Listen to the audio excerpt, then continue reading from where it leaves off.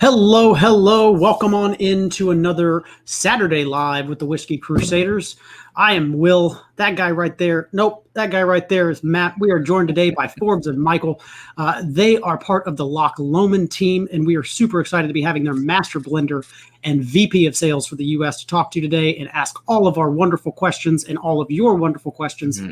To get their response. But before we get all into them, Matt, who's already joining us, we want to say hi to the people in the chat. All right, let's see. Let me grab my phone and see what wonderful commercial we get today. That's always my favorite. What ad are we playing today? What ad are we getting today? Let's see. Ad is going to be playing today. Let's see if we get an ad. Let's see. We got an ad for StreamYard today, our favorite. I'm pretty sure that all we do is pay for StreamYard so they can advertise on our channel. It's great.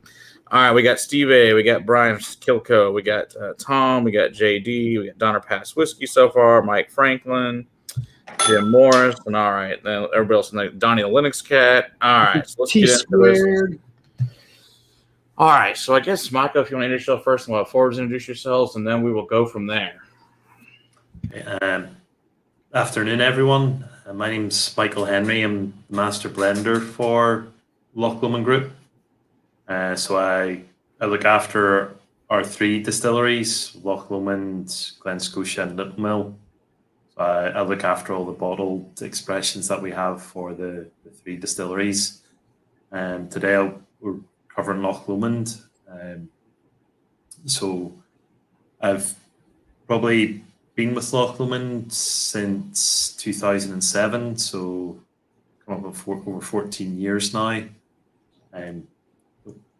Probably guessed by my accent, I'm not Scottish. I'm from Northern Ireland, so I grew up near Bushmills Distillery. And I probably started working, Bushmills was the first distillery I worked in, probably close to 25 years now. I studied brewing and distilling at Heriot Watt, and I've worked in beer and whiskey a full career. So worked in Bushmills originally, and then I went into brewing with Bass and Interbrew at the time. So I worked on the likes of Bass Ale, brewing for the Irish market. And then I moved to Glasgow with Tennent's.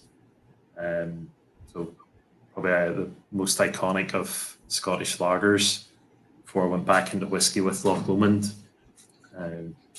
So I've been with Loch Lomond since 2007, or firstly as the warehouse manager, and since 2014 as the master blender. So that kind of, in summary, it means I've kind of created all the whiskies that we're tasting tonight. Yeah, that's a lot of different things to do. That's pretty an amazing background for sure. All right, let's turn over to Forbes here real quick. Okay, good afternoon, everybody. My name is Forbes Mcmullen, and you can probably tell that despite my name, that my accent, that I'm not Scottish. I'm actually live here in the Dallas-Fort Worth area, along with Matt and Will. So this is very convenient for me. I've been with Loch Lomond not quite as long as Michael. I've been with Loch Lomond Group almost 5 years as VP of Sales for the U.S. Prior to that, I was with Constellation Brands for a couple of years, Senior Director of Sales for Spirits. And then before that, I was with Sidney Frank Importing for just over 20 years. So helped launch Grey Goose Vodka and build the Jägermeister brand. So been in the industry now close to, I guess this is my 28th year or something like that. Hard to believe, it goes by quickly, but very excited to be here and with Michael, Will, and Matt and discussing Loch Lomond whiskeys with you this afternoon. So it's a pleasure to be here. Absolutely. We're very excited. As you know, this journey with Loch Lomond started for me this was probably about 10 years ago or so. My dad found a bottle of the original 12 and he's like, I bet you don't have this one. I'm like, nope, you're right. And I'm like, hey, this is really good. And then I was excited. Maybe one of the companies going to goodie like 3-4 years ago, something like that. It's like, hey, I can find another bottle finally. Right. So I was pretty excited about it. And ever since that original 12, it's been a very exciting journey. And now we have, I think, 10, 12 different ones at this point in time. And so we're going to talk about 9 of those. So I think we're going to turn over to Michael and start talking about the history here. Let's pour a little bit of the original, signature, just so we can start with this blend, and then we'll talk about the history and the stills and all the other awesome stuff here. Jump roll over this one for you. All right. Yep. Perfect.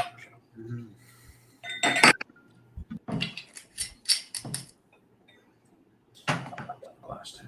Do you want to dump? Oh, maybe, yeah. Okay. I can use one of these other ones. All right, that works.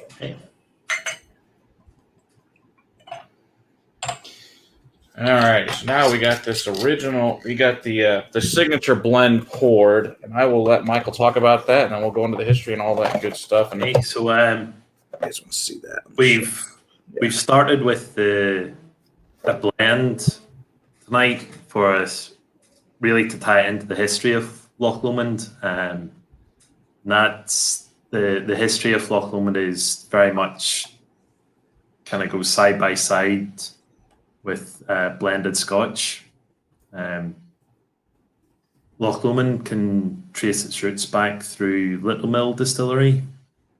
Littlemill itself was founded in 1772, licensed to distill granted in 1773, making it the oldest licensed distillery in Scotland, but still operational. Littlemill distilling single malt from 1770s through to 1950s.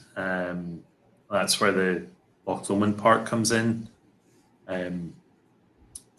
Following the Second World War, there's like a huge boom in Scotch, blended Scotch, and the distilleries in Scotland were under huge pressure to supply single malt for blending. Littlemill kind of responded to that in two ways. The first was that up to that time they had been triple distilling, like they were kind of traditional lowland distillery. So they did produce a triple distilled, that kind of light floral character. And in response to the demand for single malt for blending, they developed a new shape of pot still. It's the straight neck pot stills that Littlemill started with and we're continue to use. And these pot stills really allowed Littlemill to produce different styles of spirit. So by taking a high cut or a high strength cut with these straight neck pot stills, they could produce their traditional lowland delicate floral style. By taking a wider spirit cut, they would get a heavier spirit. And then by using a heavily peated malt, they would get a third style of spirit. And they called those spirits Littlemill, Dunbuck, and Dunglass. Okay. So that was the first way that they kind of increased their malt capability for blending.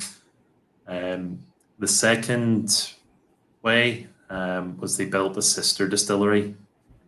So Littlemill built Loch Lomond Distillery in 1965. And when they built Loch Lomond, really it was as an expansion of Littlemill.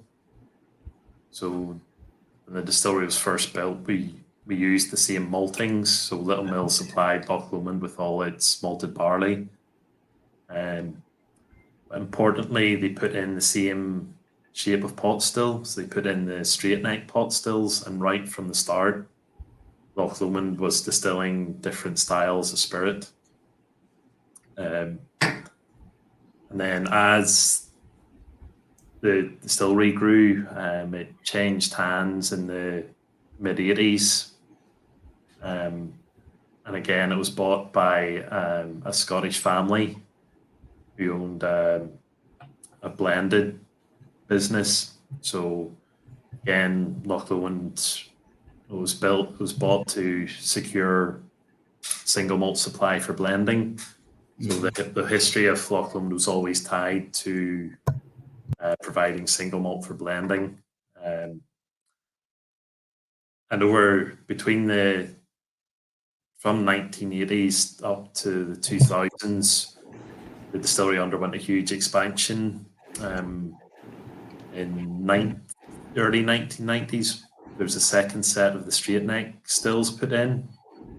1993, between 1993 and 95, the grain distillery was built, the grain side of the distillery, producing grain for blending. Okay. In 1998, there's a set of swan neck stills put in.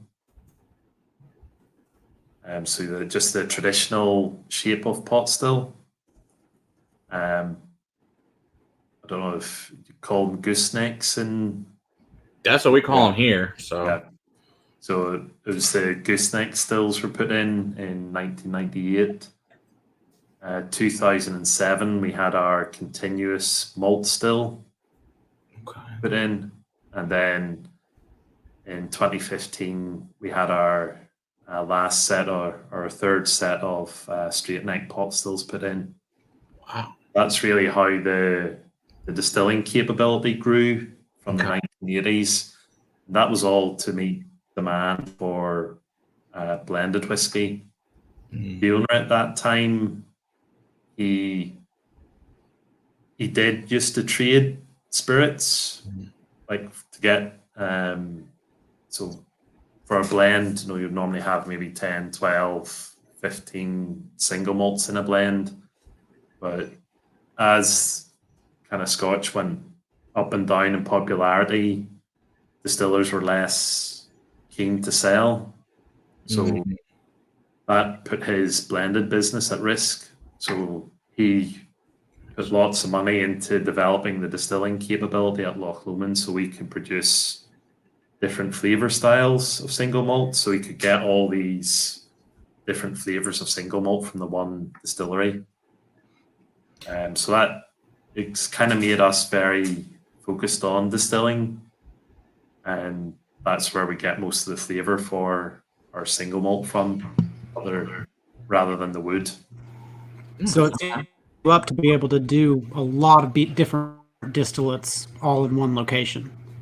Yeah, and that's really that up until 2014. That was all to supply blend, and since 2014, the new owners come in, and with this kind of fantastic distilling setup we have, we changed our focus onto single malt, and we wanted to use our distillation capability to produce a distillery character-led single malt. So we rely more on creating flavor in the distillery than on the wood, and that's what you'll see with all of our expressions tonight. And then really, it's 2014, we've really set out on kind of establishing the Loch Lomond name as a distillery character-led single malt. It's a plus for all of us. So are all these stills in one big room, or are these in multiple rooms, or how is the still set up at the distillery? So we have the kind of original malt distillery, and we have two sets of pot stills, two sets of straight neck stills, and the swan neck stills in this one long room. Okay. Together with the continuous malt stills. And then a room beside it, we have the third set of straight neck pot stills. Okay. So kind of very close together, we have four sets of pot stills and the continuous malt still. Okay. And then there's like a building, it's kind of two buildings kind of side by side. The other one, we have the grain distillery. Okay. Process-wise, they're completely separate, but there's like a door joining the two of them. Oh, okay. That works. Right next door to each other. Under the same roof. Okay, one roof, just separate doors, basically. Okay. Yeah. All right, cool. So how far away is you guys' warehouses for your... I'm finding some photos. Let me try to throw them up real quick. No, you got those, even better. So our Our filling site is across the road from the distillery. Okay. So that's all the casks are filled and emptied. The blending is all done on site at the distillery. Yeah, so you can see that's set of our straight neck pot stills with the That's cool. gooseneck stills in the background. Very cool. Now, if you ever come to the distillery, do you get to tour all those things, or you guys don't really do tours, or what do you? I don't know how you guys do that. We don't really do tours. Okay. The layout of the distillery, we're quite a busy site. Yeah, I would imagine with that many stills, you'd have to be. Yeah, we have lots of forklifts, lorries about the site, and it's not possible to take groups of people around. We are looking at ways of maybe can we just build something the other side of the distillery and take people into see the parts that you've just shown without seeing the warehousing side. But it's not. We're not there yet with it. Okay. So the warehousing side, we store 280,000 barrels. Alrighty then, that's the warehouse is on site, and we have another 120,000 split across Glen Scotia, our bottling site, and we have a dedicated warehousing site as well. So all our casks are spread over 4 locations. How far away is Glen Scotia from you guys? Probably, if you go as the crow flies, probably about 30 miles. Okay, it's not horribly far. But there's a sea lock. There's a sea lock in the middle, so you have to drive 120 miles round. Oh, great! So you basically double your time in order to get there. Yeah. So to fly there takes literally. Oh gosh. Oh, okay, so it's a lot bigger. Okay, so it's not very close at all. Okay. So it's about a 2 to 3 hour drive. Okay. From Loch Lomond to Glen Scotia. How often do you guys take stuff over there to let it in the warehouse? There's casks moving up and down weekly. Okay. The cooperage is in Alexandria, so we look after all the empty wood for Glen Scotia. Ah, okay. Okay. So, like I kind of look after the wood policy for both distilleries. So I work with the coopers in Alexandria, and we supply the wood up to Ian, the warehouse or the distillery manager in Scotia. Okay. Now, do you guys usually mostly ex-bourbon barrels for the most part? Yeah. Loch Lomond is nearly 100% American oak. Okay. Maturation. Okay. With the focus we have on distillery character, that's always going to be where the main character for spirit is. But the American oak's important in that it gives that soft background sweetness. And that's probably part of our kind of signature distillery character. The way we ferment and distill gives like a bedrock of fruit. Okay. When we distill peat in the straight neck pot stills, there's a soft peat character, and then there's the American oak sweetness. Okay. So that's kind of the signature character through most of the expressions that we have tonight.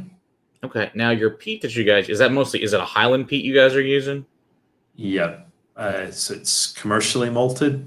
Okay. It's sourced from northeast of Scotland. Okay. Very nice. Aberdeenshire. Yeah. That where it comes from. Okay. Yeah. And we do seasonal peated production. Okay. We do 3 months on heavy and medium peat, and then we do 9 months on unpeated malt. Oh, okay. Very cool. So when you guys, this is just a jump. So when you run the stuff with the peated, do you usually run them together or separately with your peat and your unpeated malt together when you guys are distilling it? No, we we run all the stills on the same type of malt. Okay. So all the stills will run on heavy peat, then we'll move to medium peat, and then we'll step down to unpeated. Okay. So at any one time, we're producing 3 styles of spirit. So we'll produce all the 3 heavy peated styles at one time. Then we'll produce the 2 medium peated spirit styles for about a month, and then for 9 months we'll produce 3 unpeated styles. Okay. And that's this. Do you have to clean them out really well after, or do you just leave it in there and let it kind of flow into the next style? We let it flow into the next style. Okay. That's why we start heavy. Okay, that makes sense. And then we have maybe 2 charges or 2 fillings where we have a slightly peated. Okay. I do have a question from Donner Pass Whiskey, and I don't know if you're allowed to talk. He would like to know if you guys supply to Japan, if you're allowed to talk other, if yes or no, if you can confirm or I don't know with NDAs and all that stuff. Yes, we do. Okay, then the answer is yes. Perfect. Nice. Okay, so I think I'm seeing a few barflies in tonight, so just like to say hello to the barflies. Absolutely. We got Gregor's Whiskey Gregor and Ben Demon Hunter, Donner Pass, and Lord Shane Long. A few familiar names from Aquavita or from the Beat Club. Absolutely, yes. We do enjoy all of Roy's streams, especially like I said, the one he had with you about a year ago when all this fun started. That was, like I said, probably one of my favorite streams Roy ever did. So we're excited to have you here on the show for sure.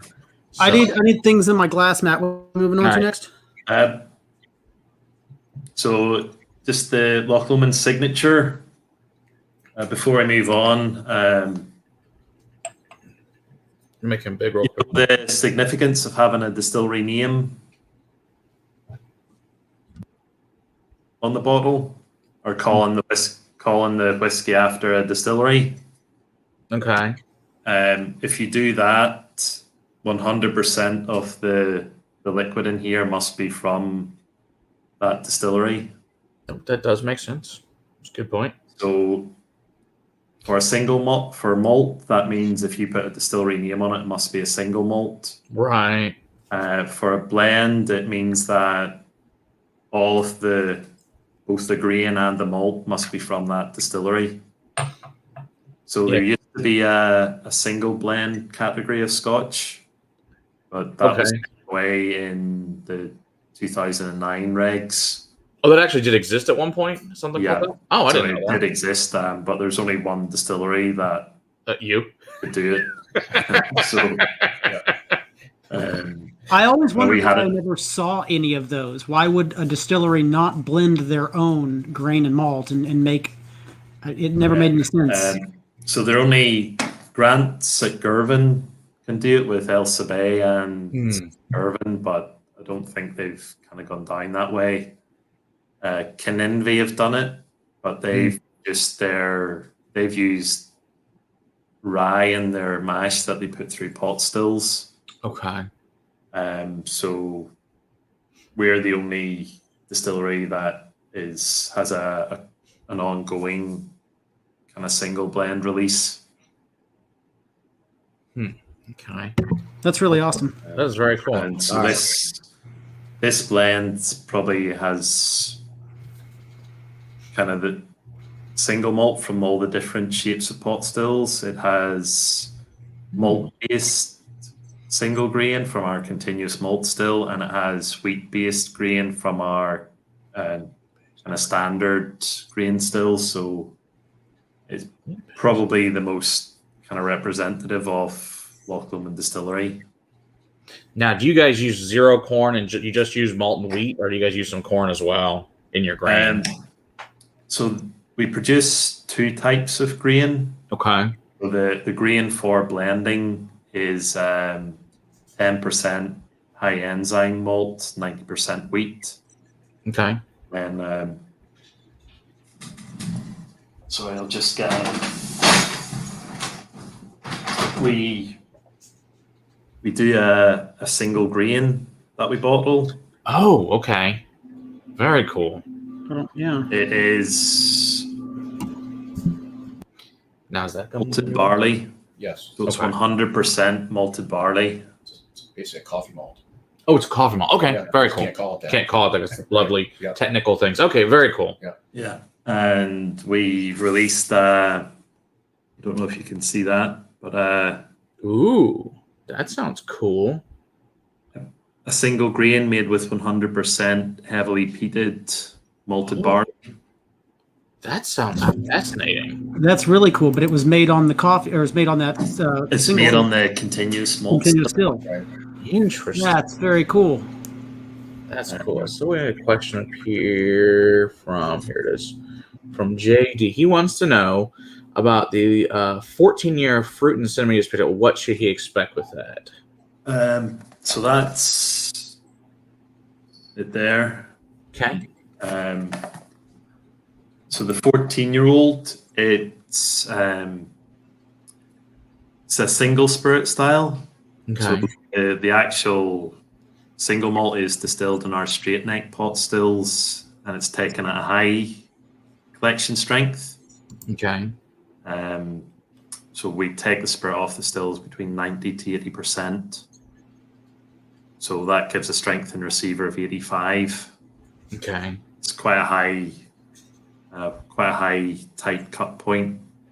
What that does, it captures all the kind of fruity, estery, sweet flavors that come over kind of first in the distillation. Okay. Really fruity spirit. It's matured in refill American oak for 13 and a half years. And then it's finished in French Limousin oak. Are you putting? Forest.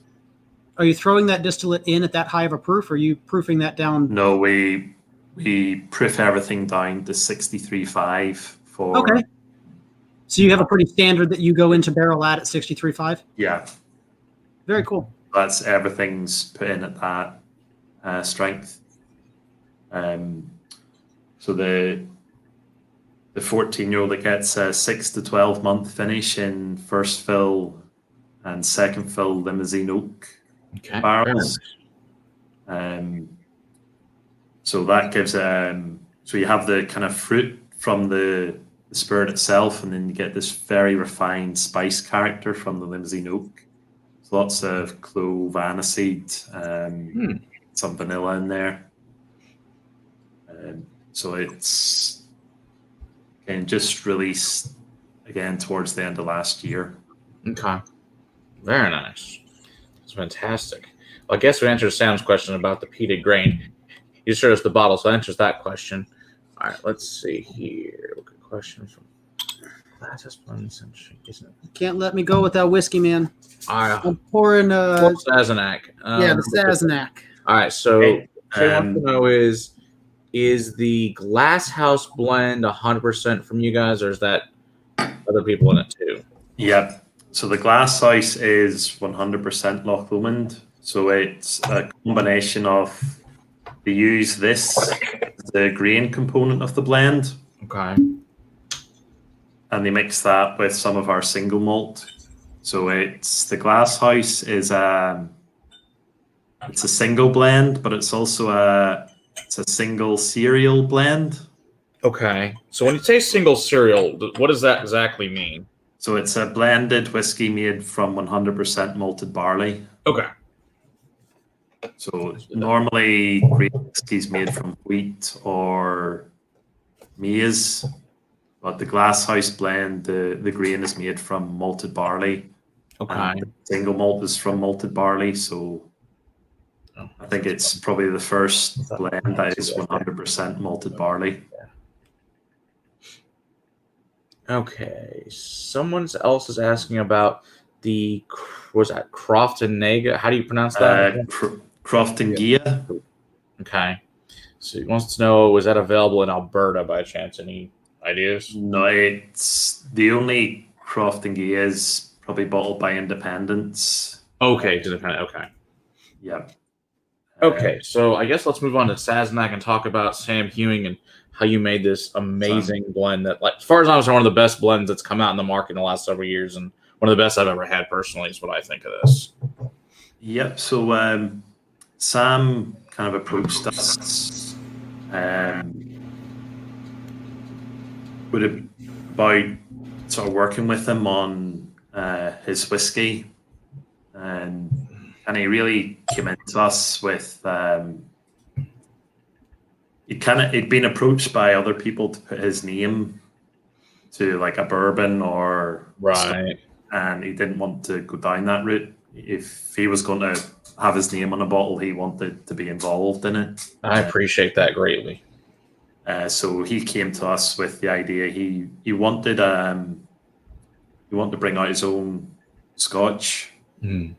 He wanted it to be a blend because it would probably be in people who would be buying it because of the association with him would be kind of bringing them new into whiskey. Right. A blend would be more kind of approachable to them. And he wanted it to be like a hug in a glass.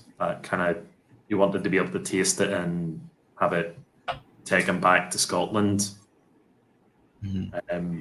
So that's kind of where it all started. Hit that nail. So we went through probably about 8 rounds of tasting with anywhere between 6 to 10 variations on the blend per round. Kind of over, it was about 8 months to get to the final blend. So we did he didn't come in and say he wants something at this price. He just said, I want the best kind of blend we can create together. So he was actually, you don't often get that kind of opportunity.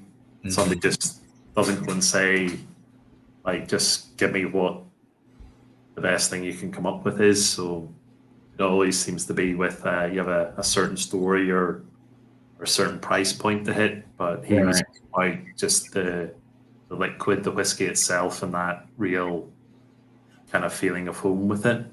Mm-hmm. So we went through all the different kind of rounds of tasting, and I would give Sam options on it, and then he would come back and say, like, this one more, or preferred like this flavor on this, but this other flavor on this, can you put the two of them together and that? So we eventually got down to it was actually he'd ordered the labels to be printed. Mm-hmm. And he kind of phoned us up just for one last tasting session, and we were originally to bottle at 43, but I'd sent them some samples at 46% strength, and he just came in. It was kind of about 8 o'clock on a Monday night. Everyone else in the office had gone home, and he just came in by himself. He stood in the sample room, and they said we probably were a month into ordering the labels and everything. We're due to bottle the next month. Just wanted he did come in just to see. He was having second thoughts about it, and he tasted the samples, sent them at 46, and he couldn't see past it. So he was just I probably didn't help him, because I said I'd go with the 46% as well. Mm. So he did. Those 3 percentage points can make all the difference in the world. Yeah, because it was originally going to be chill filtered, and when he tasted the 46% non-chill filtered, he put the bottling on hold. He scrapped the first run of labels, and he went with the 46. I am very happy he did. Yes, he made the right decision. This is beautiful. And it's deep and it's rich, and you can taste those heavy oils. You can taste those esters. You can taste the things you didn't chill filter out. So I applaud that. And because it was going to be kind of non-whiskey drinkers buying this as their first whiskey, so it was a risk kind of putting out at 46. But I think the blend we came up with was that kind of rich, fruity, sweet flavor. So I think it turned out that it's a great whiskey for bringing people into Scotch. Mm-hmm.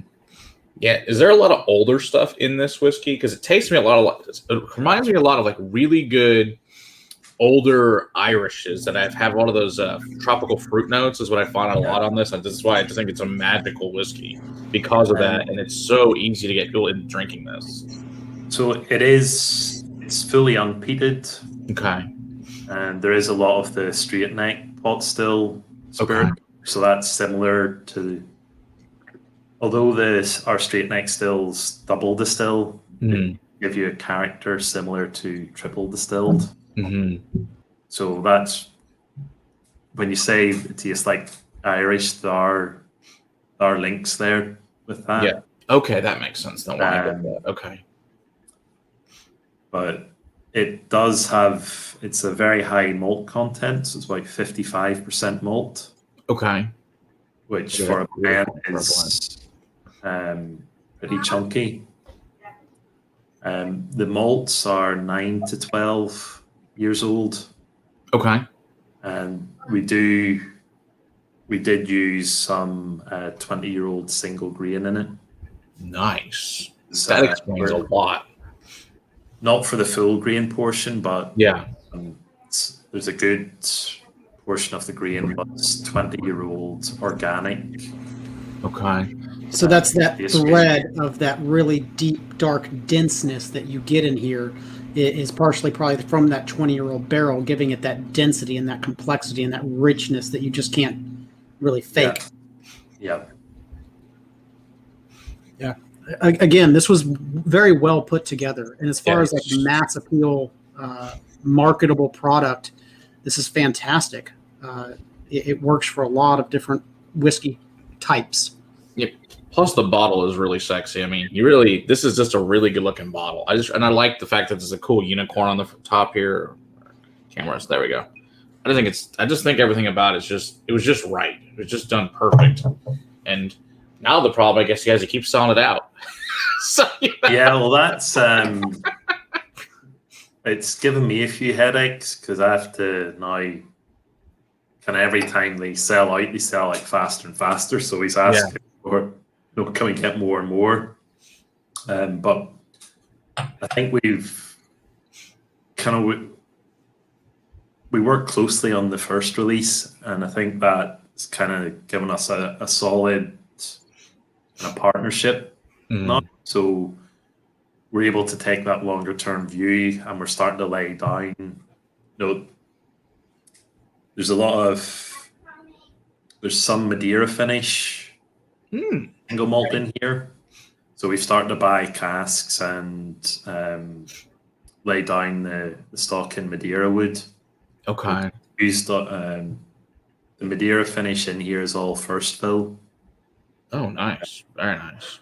So we're starting to do that, and we're looking at maybe a regular 2 or 3 batches a year. Okay. Now with this, but it will be batch production because the likes of the organic grain is limited. So we can only use so much of that a year. Sure.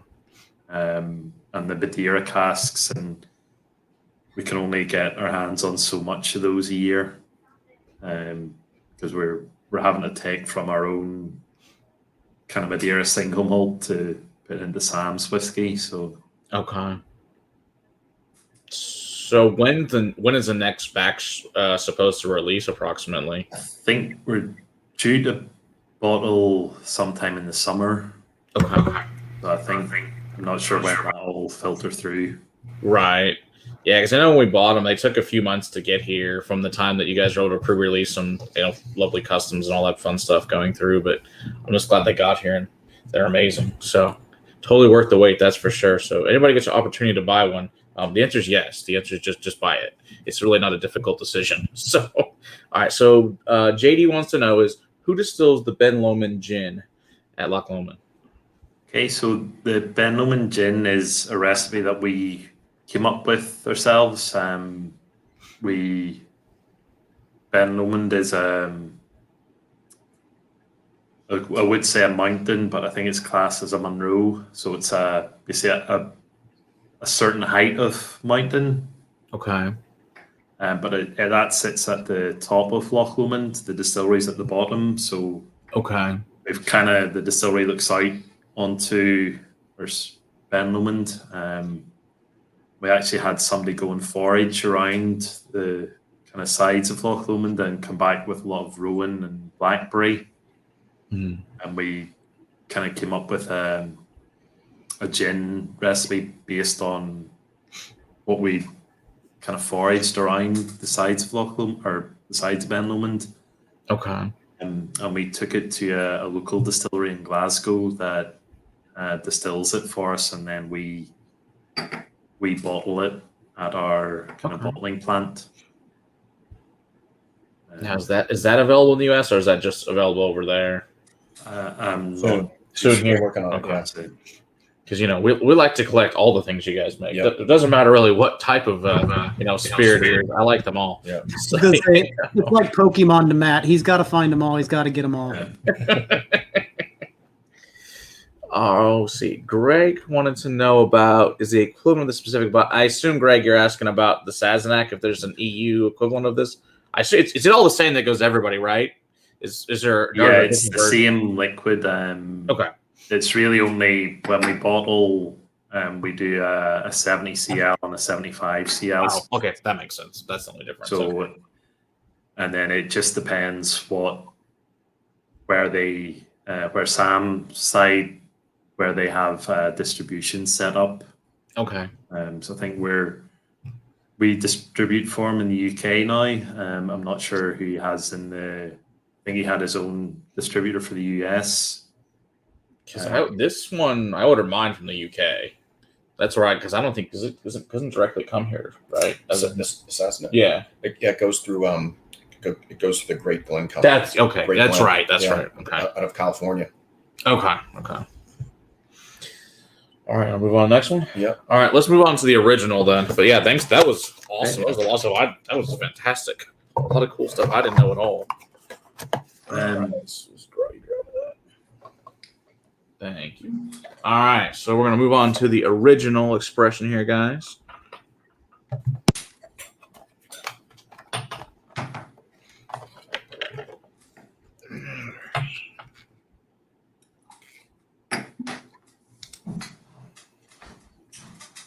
Somebody show me that sexy bottle. Michael probably wants the updated bottle. Yeah, he's got Okay, so this is the same one here. It helps if I pour myself. Thank you much, sir. Just like to make sure the people get to see it. Absolutely. We want them to go find it and enjoy these amazing whiskeys. Okay, so now we're on to a little bit of a different territory as far as the nose goes. Yeah, so this is the original is our kind of entry-level single malt. So a no age statement. It is bottled at 40%. Is chill filtered.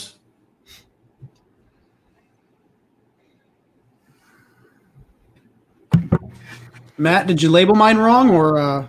Yep. Okay. I did. I was in a hurry. I got them all poured in like 5 minutes. That's fine. I just like to make sure that it's 40. we just didn't get something that It's the only one that's chill filtered. So that's what I thought. Yeah, I think anything else was chill filtered. Yeah. Interesting. I'm not finding it on the nose. I haven't tasted it yet. 92 proof and above. Yeah, which is also fantastic. So again, the original, a lot of fruit there.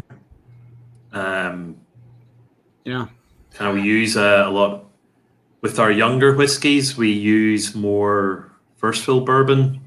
Okay, so like to balance the edge with the wood character, we use more first fill with the younger whiskies, and as they go up in age, we take out first fill and use more refill wood. So that way, we're always balancing distillery character with that softer wood influence. Right, because y'all are trying to let your malt shine through. You're trying to actually let your distillery character shine through. So the longer it's going to spend in the cask, the less wood influence we want there to balance time. Makes sense. So the likes of original, it's 5 to 8 years old. Okay. With some 12-year-old in it. So it's about 10%, 10 to 12-year-olds. Okay.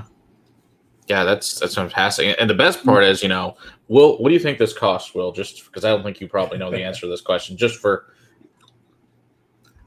Okay, well, I mean, just coming off of the Sassenach and that 46%. Yeah, no, granted, that's totally different, obviously. Yeah. I can it just so much of the flavor just got wiped away, even though we switched to all malt. The rich, okay. I don't like it when y'all do that. It makes me sad. I know you have to for some people, but it just makes me so sad. I would. You said no age statement. I'd probably, just knowing Scotch the way I do, it'd probably be 40 to 45. Oh, $25. 29 now. 29. Is it 29 now? $29.99. Either way, it's under $30. Yeah, under 30. Okay. Can't beat it. I ain't mad about that. By far the best. 175 around $49.99. Oh, now that's what I'm talking about. Yeah. $25 less than $25 a bottle. So yeah. Yes, I don't know if you like long serves, but see this with ice and soda. Yeah.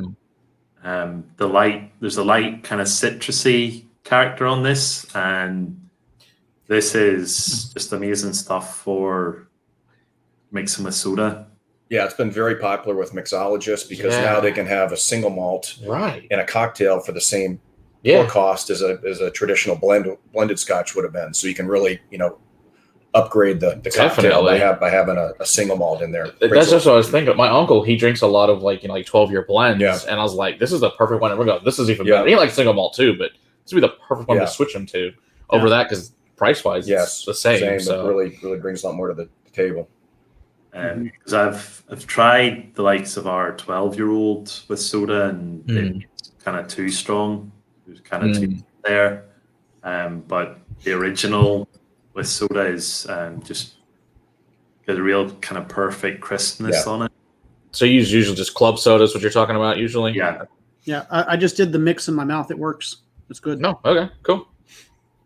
That's all I drink is seltzer water. Me too. I love seltzer water. That's the way I drink my water.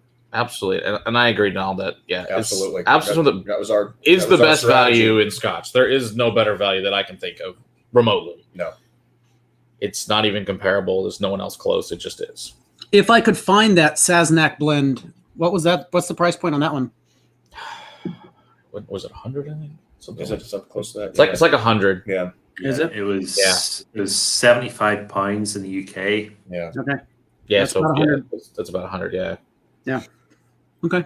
Yeah, because a friend had sent me some. Mark had sent me some. I don't know, maybe a year or so ago of it, because I couldn't get a hold of it. Then I was able. And he said the day it launched, he's like, "Hey, they're available again." That morning, I went and bought 2. So I was like, "I'm not waiting." Yeah. It was like 8:00 in the morning. He's like, "Hey, they're available." I'm like, good. And then by the time I even got in there, a lot of it was already gone. So even the one with this, with the Glencairns that came with, those are already gone. But yeah, they're all sold out really quick. Yeah. But yeah, this is delicious. I can understand why. Mm-hmm. Oh, even if you're a big fan of Outlander, it doesn't matter. Then you find out it's also a tremendous whiskey as a big, huge fan of whiskey or just a whiskey nerd. You're like, this is really, really good whiskey. So it makes everyone happy. Yeah. All right, I'll move on to the open. Yeah. All right. Let's move on to the open special edition here. This is comes in a blue box here. But you see that. But yes, this is from 2018, this particular version. And I'll bring out that so see the label. That was released for the 2018 Open at Carnoustie. And that was our first kind of year of our partnership with the RNA and the Open Championship.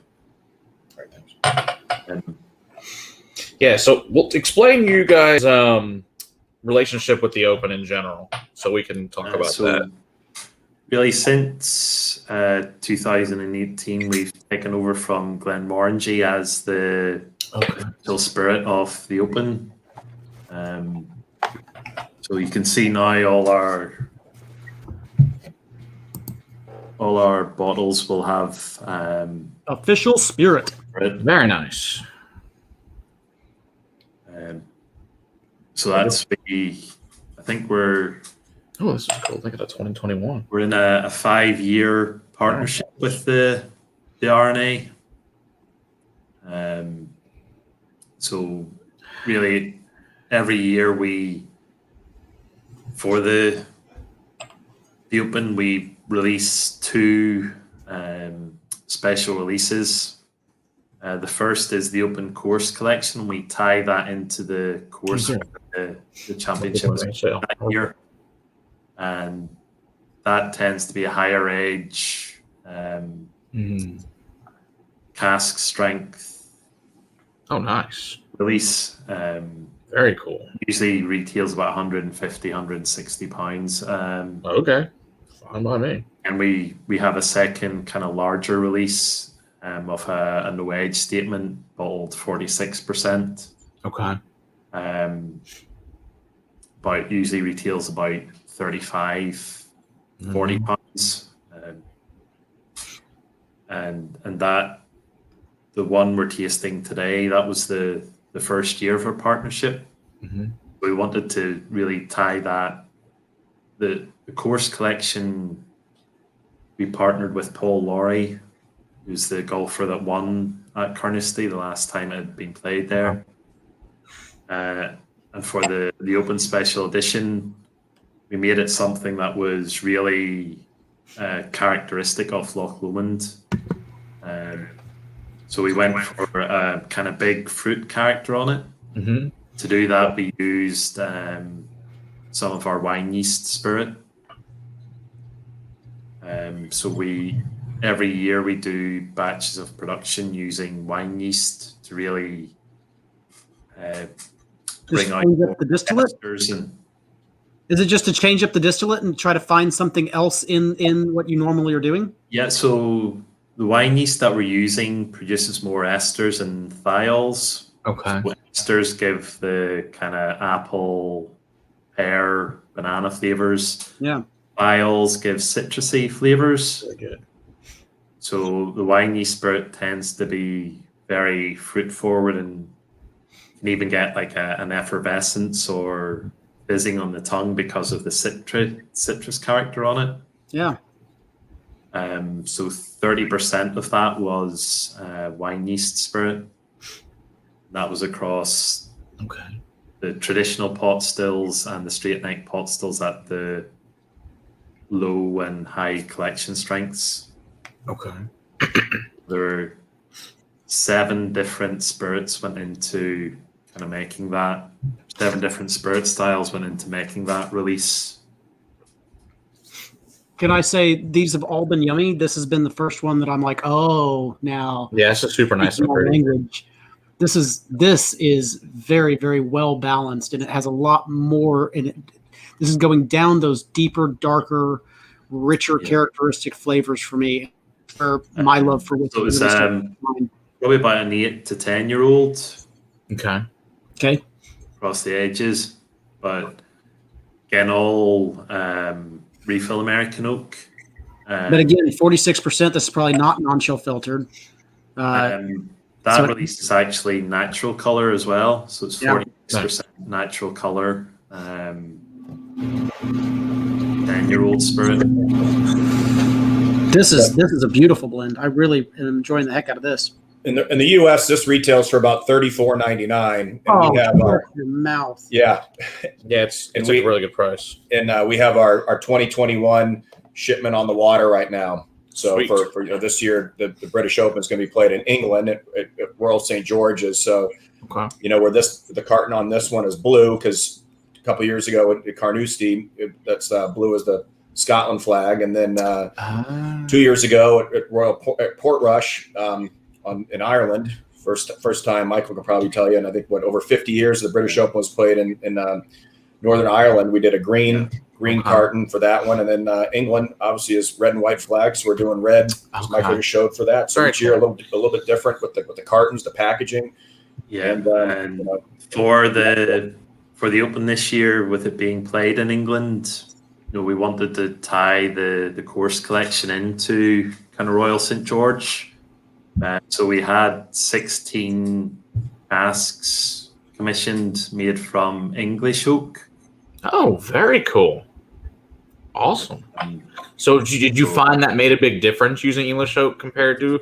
I don't think I've ever had anything with English oak on it, to be honest. No, it's generally not used for casks. So It actually was quite, when the Open was postponed last year, actually in my life easier, because it was so difficult to get the casks made that we went about 6 months late with getting the casks in. So actually having the championship postponed for a year actually helped me out with the spirit. Okay. But if you think back when I said about the French limousine oak giving this refined clove aniseed spice, the English oak gave a real kind of chilly heat. Oh, interesting. It was like a very different type of spice character. So that's the open course collection. To tie the special edition into that, we've used a partial virgin American oak finish on the open special. So again, just very fruity, but with that new oak, that sort of lovely caramel toffee sweetness there. Okay. Very nice. Now, I saw on you guys' website, you guys had a 19 year for the Open. Was that the one that was for 2019? It was 19 year? Yeah. Did that come to the U.S. at all? Yes. It did? Okay. Did we ever see it in this area? It's very little distribution. But okay. Because I was like, I never saw that one. If I saw it, I would have bought it. Right. Matt didn't get to collect that one. It's disappointing.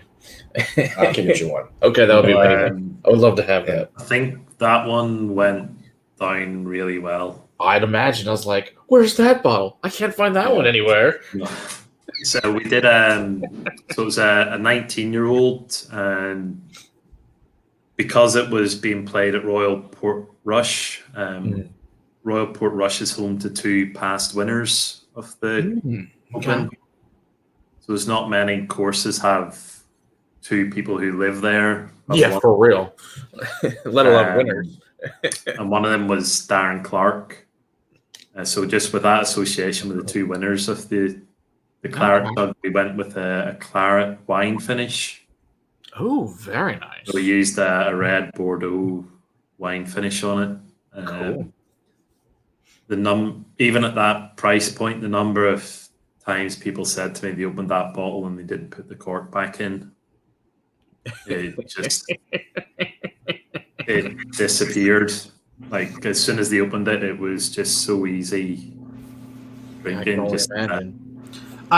Correct me if I'm wrong. I'm not picking up any peat on this last blend that we tasted, or am I just is it just so subtle that I'm not picking it up? This was the 2018.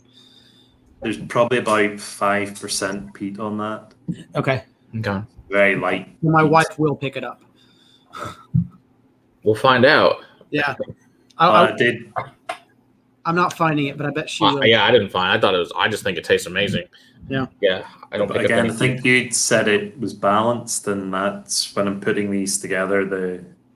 The balance is what's important, and that's why we distill, these different styles of spirit. That they're really flavor building blocks, so that we can put them together in very specific ways to get that balance. You guys are doing what I call the Canadian style of making whiskey, which is just distill everything in different ways, put it all in casks, and then at the end, figure out how we're going to marry it all together. And, some of this may not be used, or we may have just used a little bit of this, but it is the perfect component, and we need that little bit of this to add into all of this other stuff. So and it does. You said little bit, and that is some of these spirits are.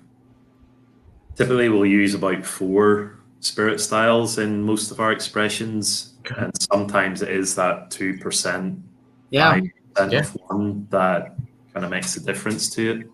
That adds that woodiness, that depth, that whatever you're looking for to add to the blend. I love that style, and I've the Canadians for doing it, because it's really interesting to just make it and then just put it all together later. Yep, beautiful marrying for sure. Yeah. That's all fun. Right. We'll move on to the 12. This is amazing. Yes, it is. This is like I said, this is my first love affair with you guys. Was this 12 here that my dad got me like 10 years ago for Christmas? So Michael's got the updated bottle too. Oh, okay, perfect. Yeah, If so, you want to see. Yeah. That's the new bottle there. One of only 12, I think, single malts ever to win a platinum medal at the San Francisco World Spirits Competition. That's awesome. Yeah. So the platinum medal it's only given out when you've won 3 double golds. So you have to have won double gold at the 3 previous years. Oh, okay. In order to be considered even for the platinum. Yeah, and double gold is a unanimous. I think there's 54, right around 54 judges. Okay. So in order to get a double gold, all 54 judges need to unanimously give something a gold medal. So that's quite a feat. And then platinum is 3 consecutive years as a double gold winner. So I think there are only 12 Scotches that have ever achieved that. All right, well, that's level. impressive as hell. Yes, especially for a 12. That's amazing. Yes, for a 12. Yeah, we have one other. We would expect an 18 to do that. 25 is the other one. So we have two of the 12. Damn, that's impressive. Yeah. Wow. All right. So this is. I think the other one's the Glen Scotia 25. Right. So this is for a 12 again. Yeah, this is one of the best 12s by far on the market. There's not a whole lot of this good at 12 for sure. It's one of the best and one of the best priced. Oh yeah, the price, because I know when I bought some other bottles since I got the original one, like $35. It wouldn't. Well, with pre-tariff. So pre-tariff, right? So $39.99 now is where it is. Either way, yeah, exactly. Still, it's a really good deal. It's amazing. $40 for a 12-year-old. Yes, especially this quality. It's amazing. That's saying something.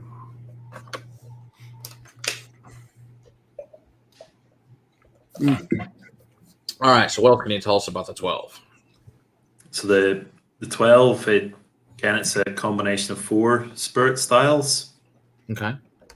So it's the straight neck pot stills. So three of them unpeated and 1 peated. Okay. So the 3 unpeated styles are the straight neck pot stills at high strength, straight neck pot stills collected at the wide cut, given the low collection strength, and the swan neck stills. And then there's a small amount of peat in here from the straight neck stills collected at low strength. This one is getting more into the earthy territories. I'm getting more of a mushroom, a fungus, a forest floor vibe. Yeah. On this one, on top of the butterscotch and the caramels.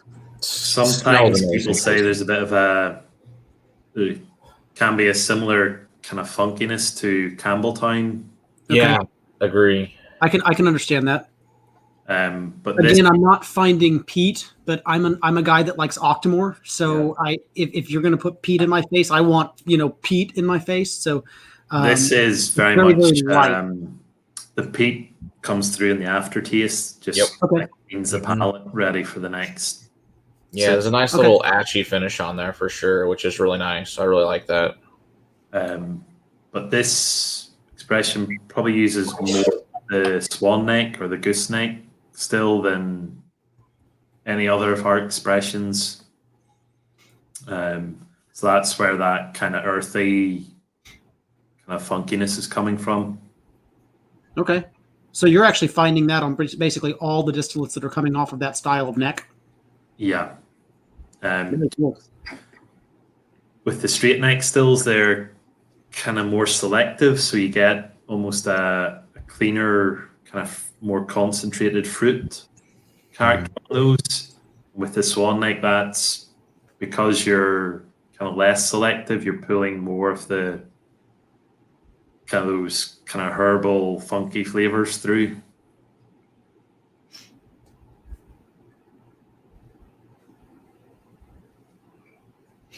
There's the peat. Yeah, the peat definitely comes up on the palate. Yeah, the finish. Yeah, exactly.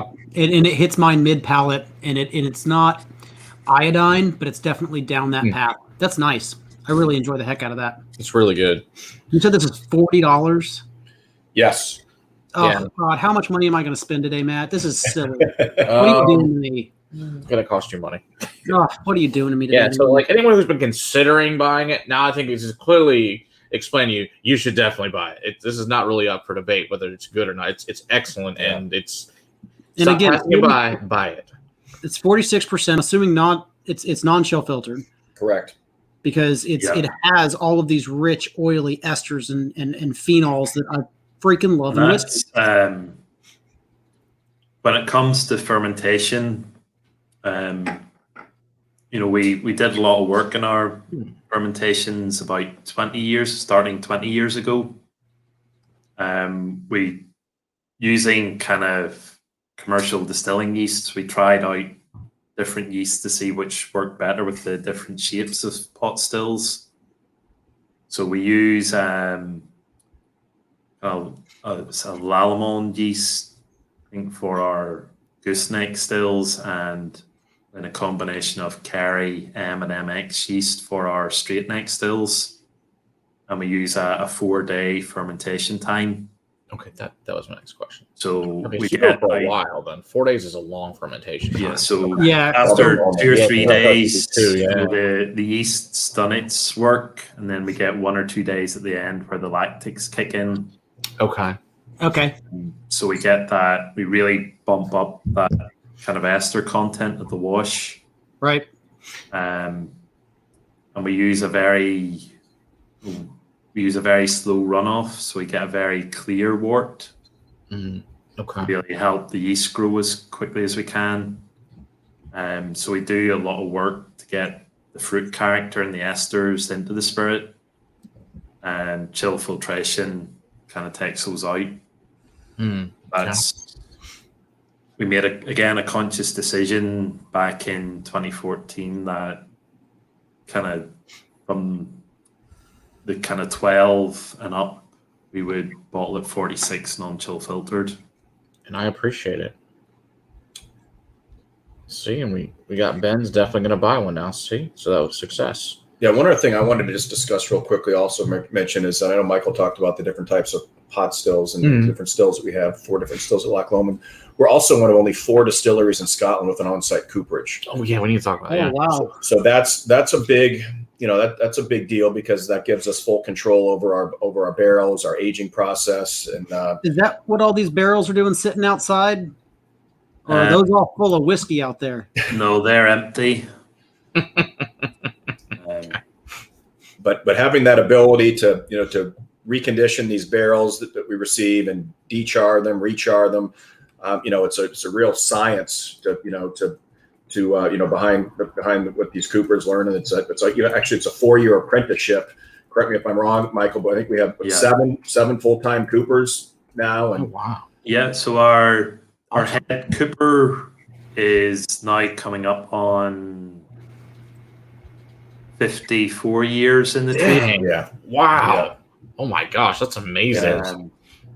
And then we have a group of coopers who are kind of about 40 odd years. So we have like 3 coopers who are on 40 years in the trade. And then we kind of jump down to about kind of 10, 15 years experience. And we've 3 apprentices going through. Wow. That's awesome. So again, it's that control over wood quality. Yes. So do you guys supply a ton of other distilleries wood then basically as well, or just you guys only? We're full time after our own wood. All the stuff. Yeah. Wow. I figured you guys helped the other people too. That's amazing. It's a big advantage for us. Yeah, I can imagine so. Yeah. Okay, since you guys own your own, do you guys have your own forest as well, or just because I know some distilleries do own their own forest. So I was just about to ask who you're buying the majority of your bourbon barrels from, and so we'll buy about usually buy about 10,000 barrels a year, and we'll split that maybe 2 or 3 different ways. But Jim Beam and Heaven Hill kind of be the big suppliers for it. Okay. Kind of my favorite out of them would be the Jim Beam Maker's Mark. They used to be recently they started to catch on that they put Maker's Mark in, and they've started to take those out and charge you more for them. So do you find there's a big difference between all those barrels that are from, depending which bourbon was in it prior? Not really. Too much. Not too much. Okay. I was wondering if that was with the Maker's Mark, but not. That was. Is that because of the wheated mash bill and Maker's Mark compared to the rye? Yeah, there's a sweeter taste of Maker's Mark. Very cool. That's interesting. Well, again, awesome. Okay. That's cool. For $40, I'm buying a freaking bottle. This is stupid. This is stupid good for $40. It really is. So if you're local, Goody Goody has several of these, and then I guess Specs carries a bunch of them, and Mirage I think has the 12 for sure. So you can definitely get them locally if you guys are local. Well, I like to spend my money with mom and pops if I can. So that's where I like to shop at, is little mom and pop shops. Where are we moving on to, Matt? I've got a couple more different things that say 12 on it. We got 2 more 12s to go through. One of them says... You're going to grab the Inchmurrin? Nope. Inchmurrin. Yes. So as Loch is the Gaelic word for lake, Inch is the Gaelic word for island. So we have two different ones we're going to be doing here shortly. The Inchmurrin, which is, I think, translates to grassy isle, and then after that we have our Inchmoan, which is peaty isle. So to give you a little bit of a Gaelic. Gaelic. It's a grass isle. Yes. Okay. It's the largest. Loch Lomond is the largest lake in Scotland. Oh. Okay. And Inchmurrin is the largest island in Loch Lomond. So which one is Murrin? Inchmurrin is what we're doing first. But they both look the same. It's awful. Okay. It's the one that's this one. Not the one with the crossed out thing. That's the Moen. Get the other one. Awesome. Yeah, that one in your hand. That's the one to pour. It's the one that's not peaty. If you want to smell it. Yeah, you'll know immediately. Trust me. Oh, hang on. I got a nose right beside me. Yeah. Good. No, that one's not peated. Yay. There you go. See, I was correct. All right.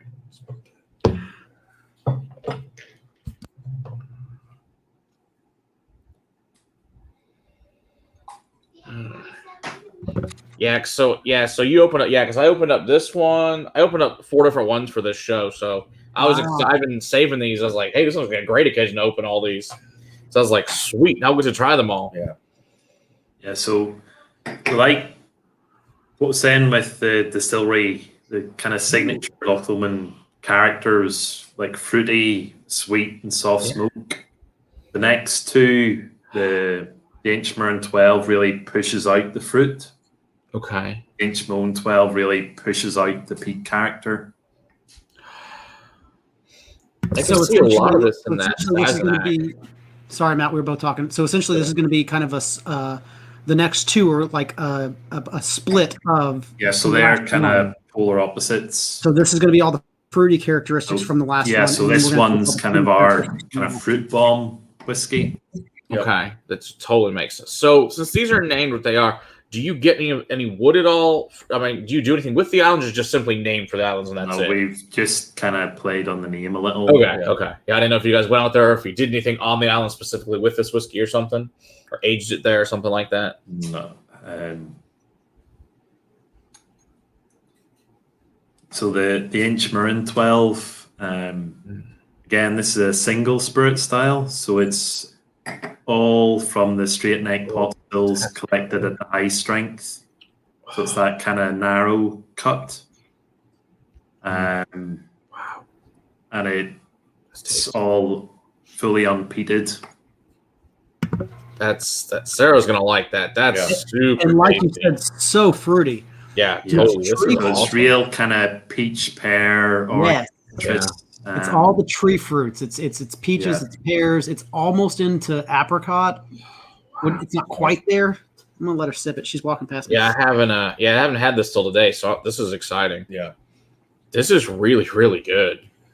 So in the U.S., we're going to be bringing in a value-added pack. Again, these are going to be arriving in the next few months, and we call it the 312s VAP or value-added pack. It's going to be with the 750 of the Loch Lomond Original, which we just had, and then it's got to have a 50 ml of both the Inchmurrin and the Inchmoan 12, and it's all still going to retail at $39.99. Sweet. So that's one way to do it. Quite a value, hence the name value added pack. And then then later on this year we plan on bringing in some Inchmurrin 12 and Inchmoan 12. And one of the things that you guys probably know is that now that we have 700 mLs legal in the U.S., that's going to really help like a company like us that has so many different offerings. And in the past we couldn't bring everything into the U.S. just because the U.S., I think, and only maybe one other market like South Africa were the only two markets that use 750 ml. So we would have to do an entirely different bottle mold, and we'd have to have minimum number of cases to do it. And now we don't have to do that anymore. We can use whatever's available, and for the rest of the world with 700 ml. So it's really going to, I think, be great for us. It's going to be able to give us. So you're telling me we're actually going to start seeing 70 cl bottles here in the U.S. Yes. Yay. Definitely. Yay. So will you keep the 750s of what you have, and then the 700s? I don't know how we're going to transition yet from 750. I don't know how that's all going to play out. I just know that some of the ones that we've never brought into the U.S. before, we'll start bringing those in the 700s. So you have the option just to continue that same bottle throughout everywhere now, and that's again, talk about saving some freaking money. You don't have to. It's a huge plus for us because we have it so just many, means we can speed up getting releases. Yeah. It's just the TTC we have to worry about then. Price regulation is usually a good thing. Yes, so that's going to really be great news for us. Let us get our whiskey. Yes. Yeah, that's awesome. Oh, okay. This is beautiful. The wife just passed. She sipped it. She loved it. Oh, good. So how Anthony does want to know about that. Yeah. Will the prices change with the 757 or not really? Well, again, right now we're not looking at getting rid of any 750s right now. We're looking expanding. We're looking at the new things that we would have brought that we in the past would not have brought in a 750, having those available in a 700. So there really is no, there's no price, set over on it already. So what is this one available to me? Can I buy this one that we just sipped on? You'll be able to buy that in the value added pack shortly in the next few months, and then like I said, then later on this year we'll be able to start bringing in some of both the Inchmurrin and the Inchmoan 12 probably in 700s because you already have them bottled in 700s. Right. Okay. So before that wasn't on the docket for this year because again we can't bring everything in at once, and we have a new importer for the U.S. who's doing a great job for us, but we have a huge portfolio, and we wanted to primarily focus initially on our core lineups. But now by having the 700s available, if we have a couple pallets available of this over in Scotland, now we can bring this in where in the past we couldn't have. So it's really going to open up a lot of doors for us. Mirage is some pack. Is that the same pack as, or some of it already here or not? No, not here. Let's probably get the 18 or something in that pack. That's got the 2 minis in it. I mean, maybe if they have it, we have more coming though. We had a small shipment come over last year, but then we're gonna have a lot more. Okay, this year. Mirage might have one of these packs to be honest, because I know he had something over there. You might check with him. You're on mute, Will. So we can't hear you. Just want to let you know. Okay, I was muted. Hopefully this is going to be the peat bomb now. It should be the next one. Here we go. Now we're speaking my love language. It's so nice to get a Highland that has peat in it too, since there's just not that many that do it. And it's what I like to do with people that really get into peat is like, well, okay, you've all had Isla peat, but you haven't had a lot of Highland peat, and so it's a lot of fun to give them Highland peat instead and see the differences in it. Right, because Balvenie Peat Week versus Ardbeg, those aren't the same thing. And then again, this versus Kalila versus it's a totally different product. Versus Port Charlotte. Come on, like they're completely different. So here's this from the Inchmoan. So that's what this looks like. So But yeah, these I got lucky and found at Specs over the years.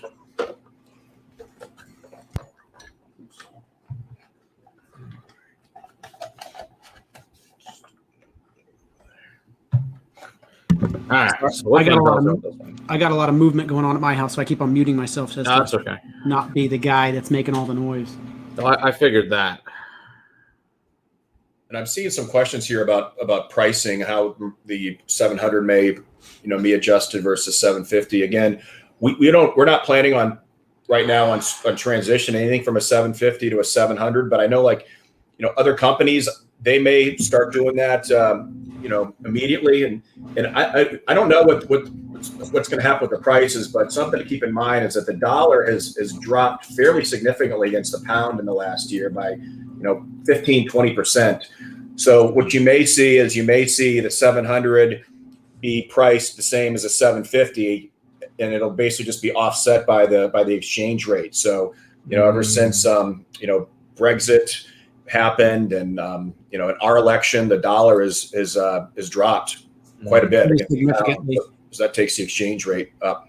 Yeah, by about $10-15 recently. Yes, the last couple of months. And our tariffs eased. Tariffs right now are suspended until anything arriving here before July 4th will not be affected. But we don't know what's going to happen after that. So that's why there's a huge rush right now to get as much in as possible prior to July 4th. And we're certainly hoping that those go away, because between the falling dollar and the 25% tariff, it's been a rough last 18 months for single malt Scotch in the U.S. Absolutely. Yeah. All right. So Richie Z wants to know is 12 is very affordable, and thankful for that. Why is the pricing and the structure for US? Why is it really good? Well, I would say that elsewhere around the world, we're priced much more sort of in line with like a McMullin, with Loch Lomond. But here in the U.S., we don't have that name recognition yet. So our strategy was to come in and be very aggressive with our pricing, so that we knew that, being sort of the new kids on the block, that we couldn't come in and price ourselves the same as McMullin and expect somebody to buy, even though we have certainly. We have the ratings, we have the medals, everything. We certainly have the reputation, but it just ended up being our strategy to be able to offer Loch Lomond at a very aggressive price and be able to offer a great deal for our American consumers, and it certainly it's been working out very well. Absolutely. Yeah. So how do you find the peat on that? Excellent. It's quite delicious. Smoky. All that mushroom, all that, like I said, that mushroom earthiness that you found earlier and everything. This is all of it now into one glass, and it's just beautiful. And this what's the peated percentage on this one? So it's 100% peated. Nice. Okay, that's awesome. But it's 100% 50 ppm peat. Oh, wow. 50. Okay. Yeah. So you mentioned Ardbeg. This is the same above level in the malted barley as Ardbeg. But where it's different is that we take that 50 ppm malted barley and distill it 3 different ways. Okay. So we distill the heavy peated malt in our gooseneck stills. That gives that kind of medicinal phenolic character. The heavy peated malt in our straight neck stills at the low collection strength gives a smokiness. And then the straight neck stills at high collection strength, this is our most selective distillation style. That really gives a spicy peat character. So we get the medicinal, the smoke, and the spice, mature them separately, and then combine them at 12 years old to get that kind of balanced peat. Nice. So how long do you marry them for? We try for 2 to 3 months before bottling. So it's not a huge long period. Okay. Have it quick. So we're trying to bring down the aggressive kind of medicinal phenols, keep the smoke, and then bring up the spiciness. Yeah, I'm not start, since I said the first time having it today. I'm gonna start blinding people with this and say, "Where's this from?" This will be fun. For real. This would be a good one to stick in some blinds for people with peated whiskeys. There's no way that I would classify this as the same kind of peat as Balvenie. Peat oh no, not even close. Yeah, this is significantly better. And it's still Highland peat, but I mean, like $39.99. You're kidding me? No. Yeah. So these are going to be $40 as well. These are all be $40. Holy Yes. crap. Yep. Alrighty then. That's winner, wow. Chicken dinner. Yes. Holy. Yeah, and so when we were putting together the Inchmoan 12, again, we made a deliberate choice not to be like a big peat hit. We really wanted to show like how important how you distill peat is on the character, because I think everybody or people are getting to know that where the peat comes from matters. Absolutely. You know, they know that the ppm matters. This shows that how you distill is just as important as where the peat's from or the ppm. Wow. Awesome. Yes. I have found my winner so far. Without question, that is. I like that price too. Oh, it's stupid. Yeah. $39.99 for something that heavily peated. Yeah, it's got a nice age statement to it. It's not like an NAS that you're throwing 3-year-old in. Crap. I mean, come on. I'm super happy. Yeah, that's cheaper than a lot of places, unless it's on sale. Then like Lafroig or Ardbeg, 10. So I mean, that price point's amazing. To be honest, now I've got to blind the 3 of these together for fun and see. You know, I think that we're gonna have to do that soon. That'll be a good episode. We should do a low age statement peated. So one thing about the 3 of them, there's 3 12-year-olds. The wood profile on the 3 of them is exactly the same. Okay. So we've used the same casks for all 3 and 3 very different flavor profiles. Yeah, that's a really fun thing to talk about. That too. That's amazing. It's all the same type of wood, and then vastly different. Edge, same wood, 3 very different flavor profiles. It's all about how they've been distilled.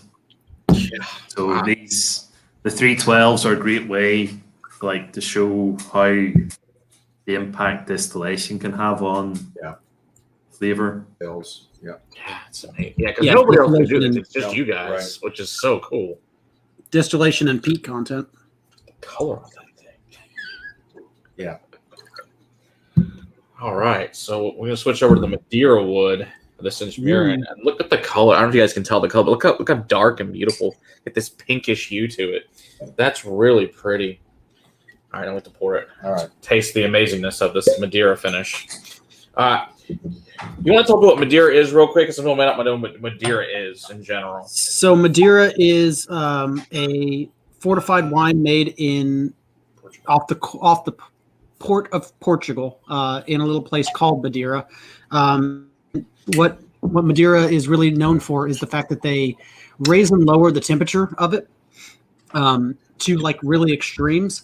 And what that does is that allows for the wine to remain stable over really, really long periods of time. Mm-hmm. One of the best things about a bottle of Madeira is that you can open up a bottle of Madeira and it is basically good for the next 30 years. Like it doesn't change. It doesn't go bad. It doesn't oxidize. It doesn't anything.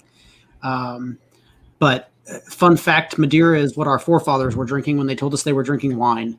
Madeira is what got shipped over to the Americas because you could actually make the journey. So that's what they were sipping on. A 22-year? Wow, Tom, that sounds awesome.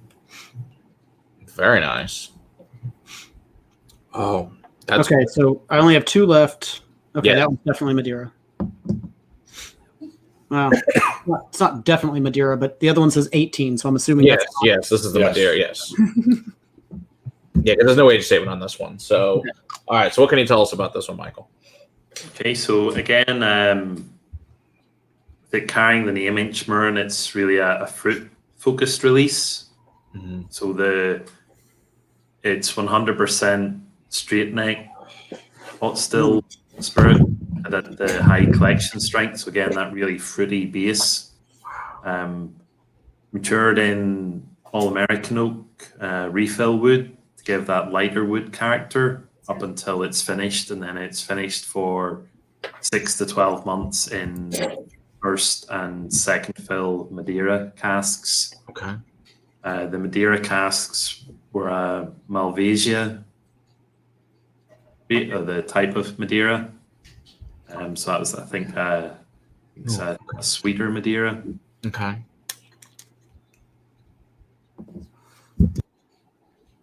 Sorry, I had to. I walked away. I left your big screen for a second because as soon as I poured it and smelled it, I had to go just give that one to my wife. What's she think? Oh, she's loving it. Yeah, it's really, really good. It's super fruity. Yeah, it really, really is. All of those wine sweetnesses come shooting to the forefront of this one. Yeah, I was excited to open this. So, and again, this is back into all of those berries and tree fruits. This is back into the peaches, the pears, the apricots, the nectarines. And then on top of that, we're adding a layer of berries, raspberry, blackberry. Oh, this smells beautiful. Mm-hmm. Wow. I like, for me on this, is the finish. With that here, you're getting a lot of kind of dry grape tannin, dry in the cheeks, and yeah, it really does. It's beautiful. Yeah, really does bring a nice dryness, like a. So just like a nice up front, and then you're balancing it with this dry finish. Yeah, it almost has a Tannat finish to me. Tannat's one of these grapes that it tries to suck all of the moisture out of your face after you drink it. Yeah. And that's what this whiskey does. It's very, very drying finish on your palate. This is beautiful. Specs may still have a few bottles of this left. Oh, okay. He says Specs might have them. So in Texas, in Texas at least. So that's good to know. See a local Specs. You might check them. If they don't have it at your Specs, see if they have it at another one of the Specs, and you maybe can take a drive to that one and grab it. They transfer. Oh, okay. Well, if they transferred, then I guess. What's my price point on this guy? I think this was probably around $79.99. Yeah, that sounds about right. Yeah. Okay. Those aren't cheap. No, Madeira is not. Are you getting the giant Madeira casks, or are you getting something closer to like a 65, 55? So we're actually using cut down. So by the time they finish with the Madeira, we get them kind of made into 250 liter casks. Okay. So that's about 50 gallon. Yeah. Okay. That's really most of the, because it's older wood, so the ends of the casks tend to be damaged, so they kind of having to cut those off.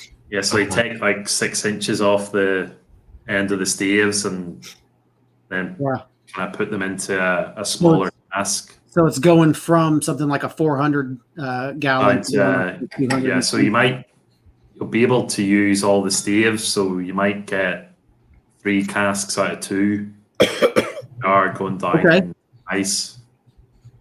Nice. Yeah, the Madeira absolutely shows through. Those big time. Show through this. I've lost Forbes behind a box. I was seeing if I could find the price on this. Oh, fair enough. He was trying to stay hidden. There we go. This is it's complete. This is unpeated. Yeah, it's completely unpeated. Yeah, sorry. Ben was asking a question. Nope, this one.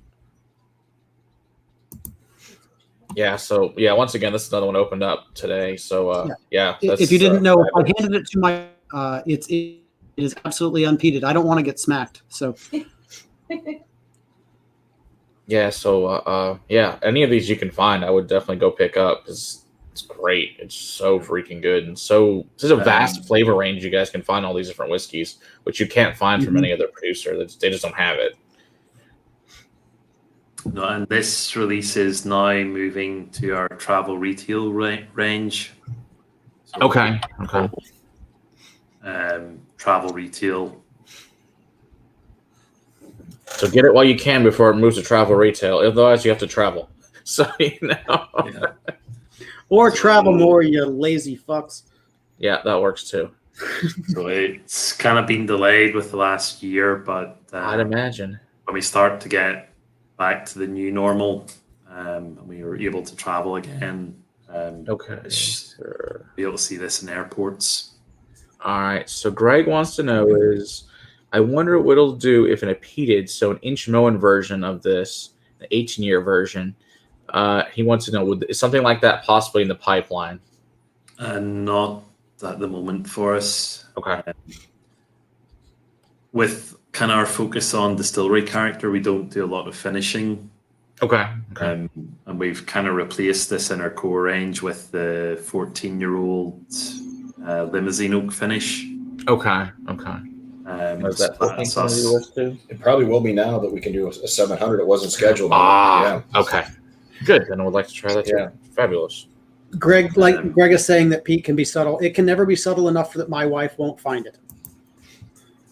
This is true. Well, I think we had a quick chat before we went on air, and I think you did a tasting your live show a couple of weeks ago, the Bourbon Drinker's Introduction to Scotch. Yes.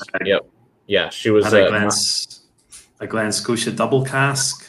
Yes, that's true. And that was that's 5% peated. See, we might have snuck one by her. Yeah. So that's pretty funny. Oh. It's possible. Oh, that's good. All right, so into the 18. Yes. All right. Oh, we got another one, don't we? Do we? Yeah, we got the 18. The 18 year. It's beautiful 18 year. Oh, hang on. Let me make you big. Show me again. Yeah, it's been loved. I like that green bottle. It's a delicious, delicious bottle. For good reason it's been loved, because it's amazing. I like the color on that thing. Will, guess the price on this. Yeah, really. I already saw it in the chat, unfortunately. Okay. Somebody said that the 12 was around 40 and the 18 was around $100 freaking dollars, and that's all you're charging for your 18-year-old freaking whiskeys. I'm having trouble believing that you're only charging $100 for an 18-year-old whiskey, because I see the price of McMullin and I go, but they're charging $700 for their 18-year-old whiskey. It's just a choice you need to make. Shouldn't be that difficult. No, well, I make the choice not to buy that 17-year-old McMullin. So yeah, you can get it. There's some of the pre-tariff pricing on that. I think Goody still has some at 75 if it still does pre-tariff pricing. Ooh, so you might check it out. Heard that. So we're looking at around 75 to 100, depending upon where you're finding it. Exactly.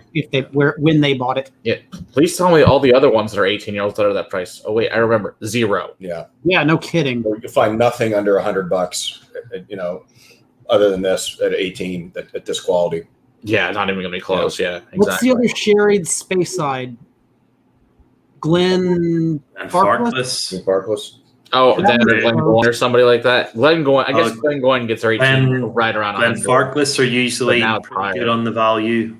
Yeah, Glenfarclas are usually really good on the value, but they're all at 40% and they're all filtered. So it's just kind of. Yeah, that's the thing you don't get. You don't get the 46, you get the non-chill filter, which is a big difference. I don't know, the 15 is bottled at 46%, and they do Glenfarclas 105. It's a cask. Oh, yeah. 105 is good. Yeah, the 105 is good.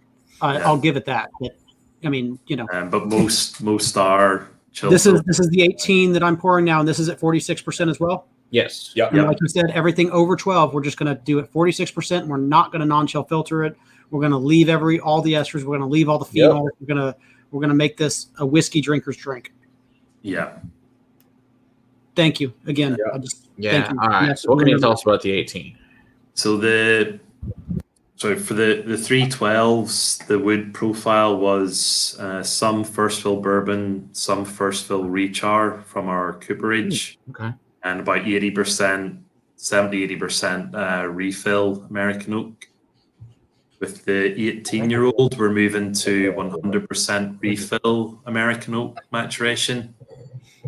Oh. Again, it's 4 spirit styles. So it's the 3 unpeated spirit styles, the straight neck high strength, straight neck low strength, and the gooseneck.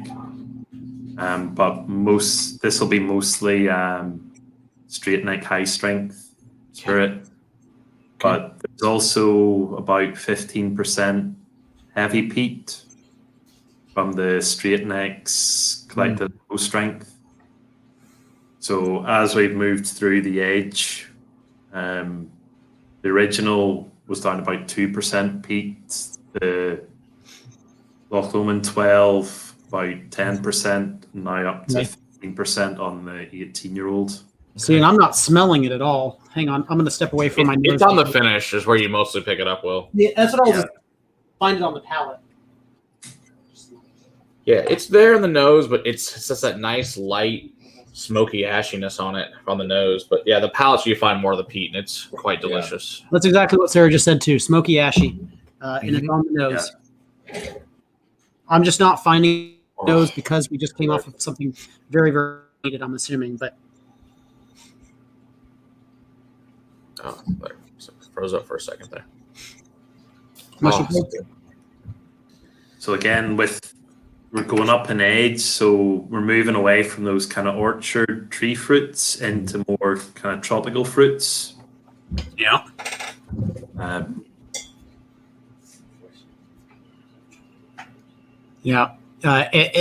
absolutely that peat shows up as that ashy, smoky. It doesn't get into the tar notes, but it's definitely smoky, ashy. Yeah. Bonfire from last night kind of vibes going on. Yeah, and that's grilled pears even. Yeah. Yeah. See, I'll probably drink a lot of this over the summer. I drink this when I'm barbecuing. Definitely. Yeah, I can understand that. With barbecued meat. It's not quite grilled pineapple, but it does lean towards those tropical fruits. Mm-hmm. I'm not finding the mango or the papaya, but it's leaning that direction. It's definitely tree fruit, and it's heavy and it's ripe. Yeah, I'm getting like really heavy Bartlett pear. Okay. Yeah, grilled pear sounds just. It's just great. Yeah, every sip gets better and better, and as more of that peat really starts to come out, and it's just good. It's just really tasty. Again, it's just that little bit of extra palate for the next sip. Mm-hmm. It's very, very well balanced. Absolutely. I enjoy a peat bomb, but this is very, very well balanced and more angled towards people that are looking for an 18-year age statement, I'm guessing. Yeah. This is beautiful. For $100, come on. Mm-hmm. Amazing. Yeah, it's fabulous. Well, I'm really happy I joined this stream today, Matt. Bet you are. I wouldn't know because I didn't pour anything. I was like, well, I don't know if he's going to join or not. And then he's like, oh, I'm going to join. I was like, all right, well, get him poured. I was like, Sarah's probably not going to care because Will's going to be in heaven. I am in heaven, and there was one heaven whiskey for me, and I had my little moment, and I had my little meltdown. This is beautiful stuff.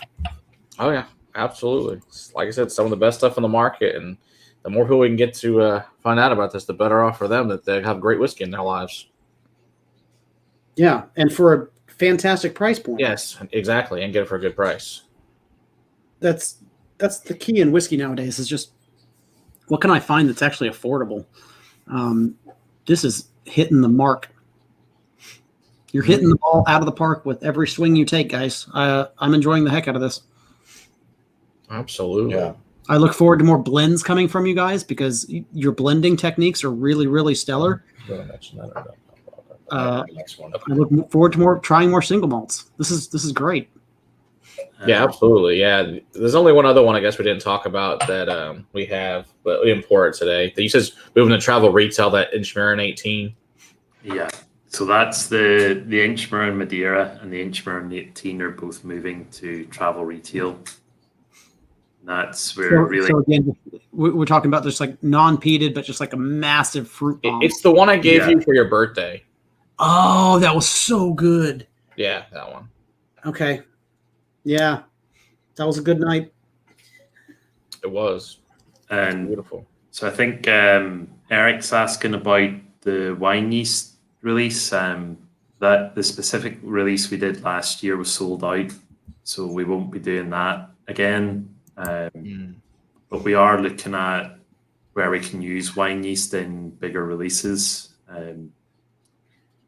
So there's nothing in the pipeline at the moment, but we're always looking for ways we can get that kind of released as a 100% release.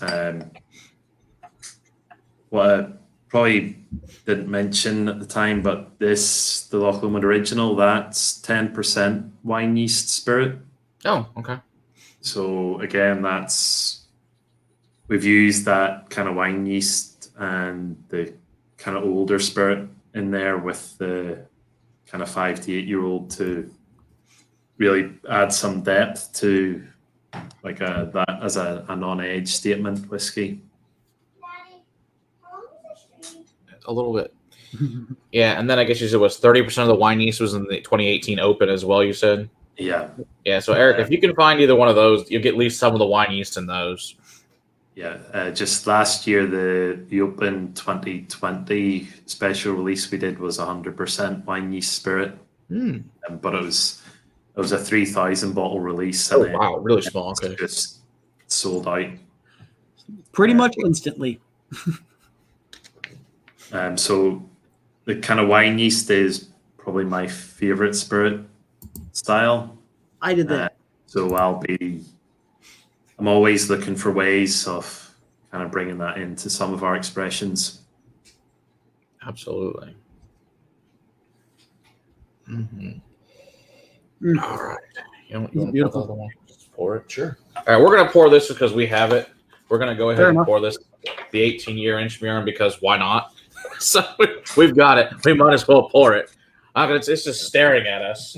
They're like, please pour me. Don't leave me out of this stream. This seems wrong. Oh, that's so good. Yeah, since it's moving to travel retail, we didn't really talk, but we're going to pour it anyway because it's going to be delicious. If you still have any left from your birthday stream, there will. I bet I can find. Bet you can pour some. Yeah, just in case anybody is traveling sometime soon or finds a specs that happens to have this. Still, I don't know if they'd still do or not, but that's where it came from. Some specs still have it. Oh, yep. So you might be able to actually get this here if you find a specs that has it. But that one was like 130, 150. Yeah. It was not. It was one of the more. I think it was 150. Yeah, it was something like that. 130, 150, somewhere in that range. So, but it is a delicious. What is it called? What am I looking for? The 18-year Inchmurrin. Inchgower? Inchmurrin. Yeah. Inchgower is a totally different distillery. Yeah, it's another inch. I saw Inch. Got excited. You got half of it. Loch Lomond Inchmurrin 18. That's it. I went back through and I listened to the stream and I relabeled them in legible handwriting. Good man. Look at that. Loch Lomond. See? Inchmurrin 18-year. It's all perfect.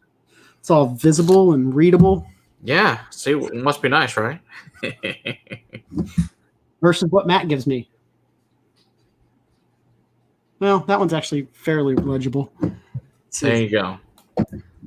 Can you read that one though? What does that one say? It says LL12, the Inchmoan. Yeah, it looks fine. Yeah. Can I read it? Yes. Can you read it? No. Can you tell us a little about that one, Michael, though, real quick, the 18-year Inchmurrin? Yeah. So, again, with being Inchmurrin, it's the kind of fruit-focused style. So it's unpeated. It's so good. 100% from our straight neck pot stills distilled that are collected at high strength. Okay. And this has been in refill American oak for the full 18 years.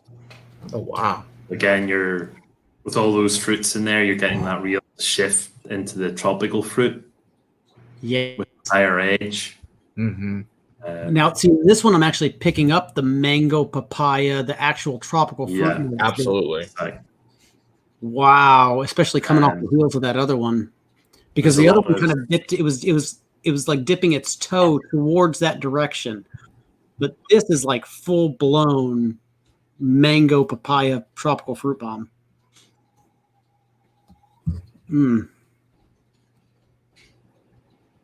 Oh wow, it's so good. It is, yeah. Yeah, if you do get a chance to pick one of these up, I would suggest to do it before this moves to travel retail. I would highly suggest getting one. Man, I don't think you understand our problem. Oh yeah, deciphering and then the 400 samples are at your house from here. Whatever the absurd number of vials are over there.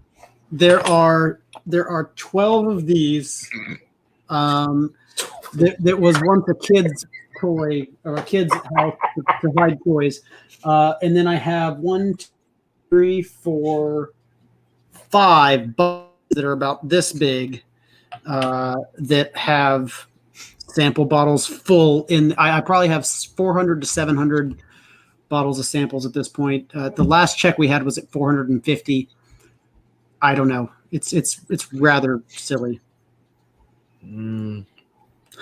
What is that? He wants to know.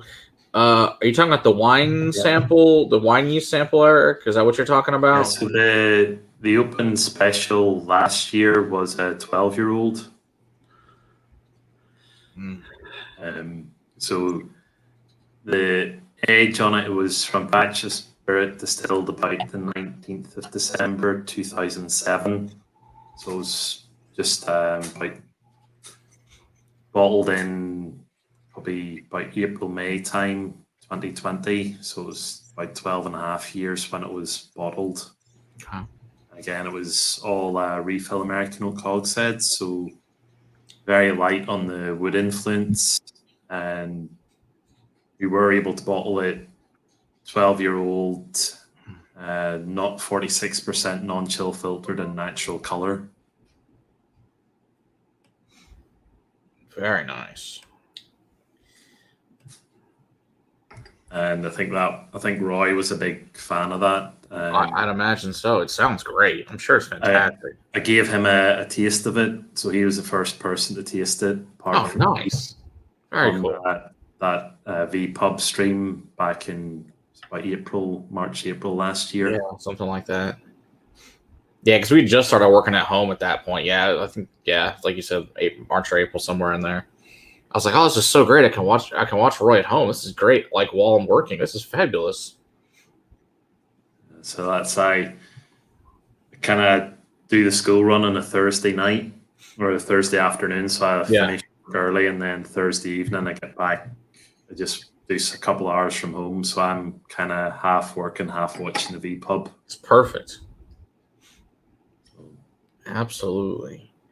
There ain't nothing wrong with that, man. No, definitely not. All right. If anybody else has any other questions for Michael or for Forbes, let us know. If you guys need questions about distribution, questions about any of the things you want to know about Loch Lomond, just let us know. Otherwise, we're going to be going ahead and ending this thing up here pretty soon. Matt, what do we got coming up this week? We have peated and finished scotches with Adriana, which is Whiskey Mountain. She's going to be joining us on Monday. So that's what's coming up this week. So it should be fun. Yeah, and then I got a hold of some stuff we have to film. Some special stuff that we got that we can't talk about right now. Heard that. So, all right.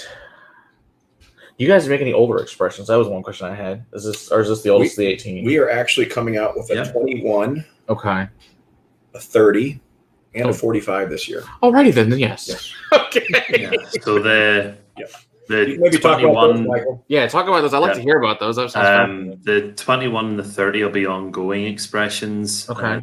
45 is the first of it's a one-off release, but it's the first of a series of 3 Nice kind of releases, older releases. But the 21-year-old again is that fruity, sweet smoke character. Okay. So again, very spirit forward, all refill American oak, bottled 46%. Okay. The 30-year-old, the 21 is a combination of unpeated straight neck still collected at high strength, and then 2 styles of peated spirit, both from the straight neck stills.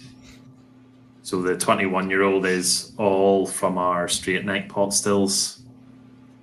And the 30-year-old, again, it's all from the straight neck stills, but fully unpeated. So again, it's that really fruit-centered style. And to kind of work with that, we've actually used some Oloroso finishing. Oh, nice. So it's a part Oloroso finish. So they're going to be their additions on the core range. So they're going to be ongoing releases. What's the price point going to be on those? want to give you the right ones here because, again, we had to. Eric, they talked earlier about the fact that the way their distillery is set up, it's not really conducive for tours. So they're not a distillery that is likely to be doing tours anytime soon. But if you buy a bunch of great whiskeys, you can do the tour at your house by tasting it. Yeah, you can. That's my suggestion. Yeah, Or I'm glad you're enjoying it, Ben. Yep, so get yourself some of that 12 you were talking about earlier. I'm sure you'll have a great time. Yeah, I'm showing that the 21 is probably going to be around just in the low twos, maybe $219.99. That's a great price. That's the 30 probably around $7.99. That's also fabulous. And the 45 probably around 7,000. Okay, that one I can't afford. So, 14 bottles of that coming to the whole U.S. Okay. So the key is find someone that has lots of money. Go drink theirs. Yes. Problem solved. Yes. Forbes, Leo says it's kind of hard to find Loch Lomond in Arizona, but he'll be traveling to California and Texas soon. Just wanted to put that in your ear in case you care. Yes, much better distribution in Texas and in California than Arizona right now. We're working on Arizona, but it's.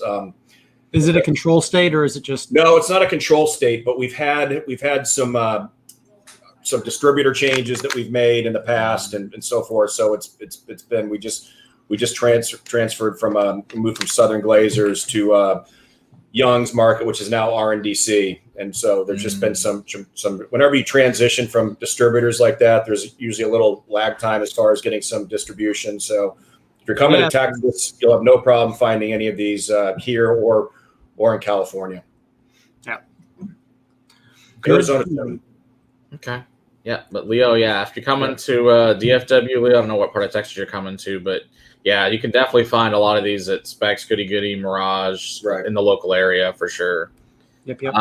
Sam would like to know what made you decide to use the wine yeast. Was it an experiment, or you were looking for a specific tasting note?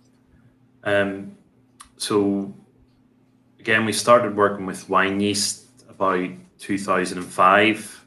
It was good sort of 15, 16 years ago. And we've trialed probably about 6 or 7 different strains of wine yeast. And so it was really, we were looking for that kind of more intense fruit character. And it was a kind of deliberate kind of series of experiments to find the right type of yeast, the right type of wine yeast that would work with malted barley. Okay. Because there's 2 things you need to consider: that wine yeast are used to growing on some grape sugars, not the sugars you find in barley, so they can be harder to ferment with. And then once you get them to ferment, you then need to look at how you distill to make sure you're capturing those flavors you're creating. So we have found that probably how we distill, there are certain, the straight neck stills are better at capturing the flavors that the wine yeast produce. Okay. And the straight neck stills collected at the low collection strength really gives the best impact from the wine yeast. So from kind of 2005 to 2010, we used a lot of the wine yeast stocks up. In 2010, we've been distilling a lot more of it. So we'll distill maybe 1 or 2 batches a year.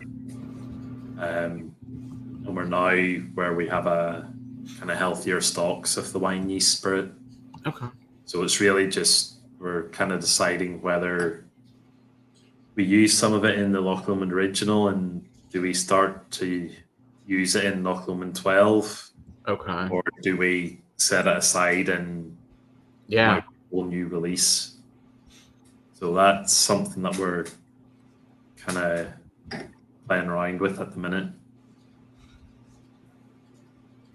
Okay, makes sense. All right, so I got a question here from Eric. He'd like to know, what's the oldest barrel full in the warehouse? Are any plans doing a special release of this old batch? We've released the end of 2017, we released 50-year-old. Wow. So that was 1967 cask, and in November 1967. Okay. So we did our first 50-year-old back in 2017. We have the 45-year-old coming out this year. That's first in a 3-part series of older releases. And that will kind of lead into further 50-year-old releases. Awesome. It's got to be pretty pricey. Yeah. That's not cheap. About 24,000. Yeah, I figured that. Something. That's pretty cool. So It's now, do kinda- you guys release them to the market or just like distillery only, those type of things usually? No, they were released. I think we only had 10 bottles. I was like, I couldn't be in the mad. whole Yeah. country. Yeah, I figured. I mean, how many bottles, Michael, of that were I there think for the whole we 50? released 60 60 for the whole worldwide, yeah. Wow. and it sold out on pre-release. Yeah. Richie, he mentioned what Jim Beam and Heaven Hills. You said you pretty much use, and you're using makers as well sometimes. We have used Brian Foreman on Okay. it, but Jim Beam and Heaven Hill are two kind of most trusted bourbon suppliers. That makes sense. Yeah. They're the ones that we've had the kind of longest relationship with, and kind of when things were tight around about 2015, we were able. They helped us out, and we kind of prefer to work with them. I don't blame you. If it works out, then that's perfect. So nobody else uses straight stills, pot stills. Why is it no one else ever uses them? Any idea?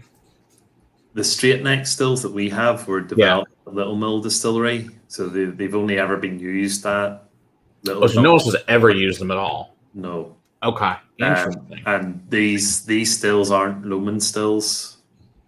Okay. They're a separate still development from Lumen Stills. And what are those specifically?